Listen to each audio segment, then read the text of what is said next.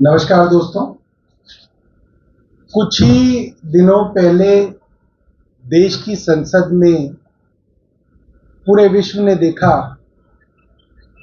कि कई वर्षों की कानूनी लड़ाई के बाद 11 मई 2023 को सुप्रीम कोर्ट की कॉन्स्टिट्यूशनल बेंच ने ये फैसला किया कि सर्विसेज के ऊपर जो अधिकार है दिल्ली की चुनी हुई सरकार का है।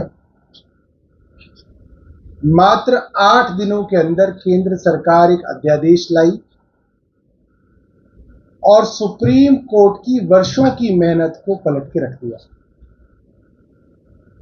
परसों संसद के अंदर कानून लाकर सुप्रीम कोर्ट की कॉन्स्टिट्यूशनल बेंच की जजमेंट को पलटा गया और मुख्यमंत्री जी ने कहा, देश के प्रधानमंत्री जी को सुप्रीम कोर्ट के ऊपर भरोसा नहीं।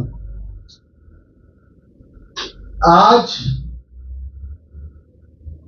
एक बहुत लंबी कानूनी लड़ाई जो 2015 से सुप्रीम कोर्ट में चली, पहले छोटी बेंच के पास गई, फिर कॉन्स्टिट्यूशनल बेंच के पास गई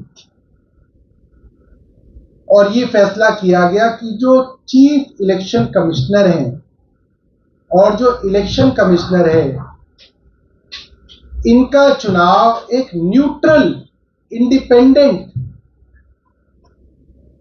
सिलेक्शन बोर्ड द्वारा किया जाए, सिलेक्शन कमेटी द्वारा किया जाए, जिसके अंदर एक स्वयं प्रधानमंत्री हो, दूसरे लीडर ऑफ अपोजिशन हो और तीसरे चीफ जस्टिस ऑफ इंडिया हो।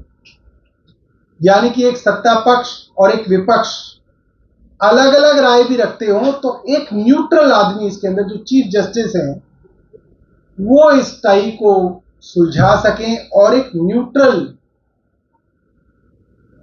चुनाव आयोग बन सके। पिछले कुछ वर्षों से चुनाव आयोग की निष्पक्षता के ऊपर सवाल लगातार उठते जा रहे हैं। चुनाव आयोग केंद्र सरकार के इशारे पे काम करता है। चुनाव आयोग जिस दिन प्रधानमंत्री जी की आखिरी रैली होती है, उनकी रैली के खत्म होने का इंतजार करता है और खत्म होते ही चुनाव की डेट्स अनाउंस करता है। इतना ओपनली ये सब देखने को मिला है, खुल्लम खुल्ला। और चुनाव आयोग की निष्पक्षता के ऊपर सवाल लगातार उठे और सुप्रीम कोर्ट ने उन सवालों पर विराम लगाते हुए ये कहा कि ये न्यूट्रल पैनल जो है ये चीफ इलेक्शन कमिश्नर और इलेक्शन कमिश्नर्स का चुनाव करेगा। आज देश की संसद का एक दुर्भाग्य है कि जिस संस्था को पूरे देश में इज्जत की नजर से देखा जाता है, जहां पे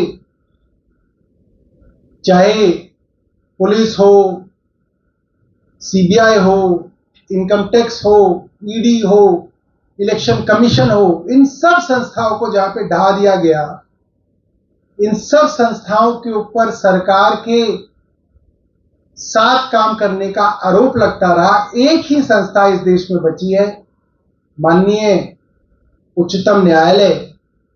आज देश की संसद में इस कानून को लाके प्रधानमंत्री जी ने यह भी साबित कर दिया कि उनको देश के मुख्य न्यायाधीश तक पे भरोसा नहीं है। समस्या किससे है? कोर्ट ने कहा कि उसके अंदर प्रधानमंत्री होंगे, लीडर ऑफ अपोजिशन होंगे और मुख्य न्यायाधीश होंगे। और प्रधानमंत्री कह रहे नहीं, इसके अंदर प्रधानमंत्री होंगे, लीडर ऑफ अपोजिशन होंगे और उनके द्वारा चुने हुए उनके मंत्री होंगे। तो समस्या तो मुख्य न्यायाधीश से ही है कि मुख्य न्यायाधीश के ऊपर भरोसा नहीं है। उनकी जगह अपने मंत्रिमंडल के कोई मंत्री आ जाए तो काम बन जाएगा। मुझे लगता है कि इतना बड़ा अविश्वास देश के मुख्य न्यायाधीश पर जो आज देश की कैबिनेट ने और देश के प्रधानमंत्री ने जताया है, ये भारत के संसदीय इतिहास में काले अक्षरों में लिखा जाएगा। और ये बहुत शर्मनाक बात है कि आज उन्हें देश के मुख्य न्यायाधीश पे भरोसा नहीं है।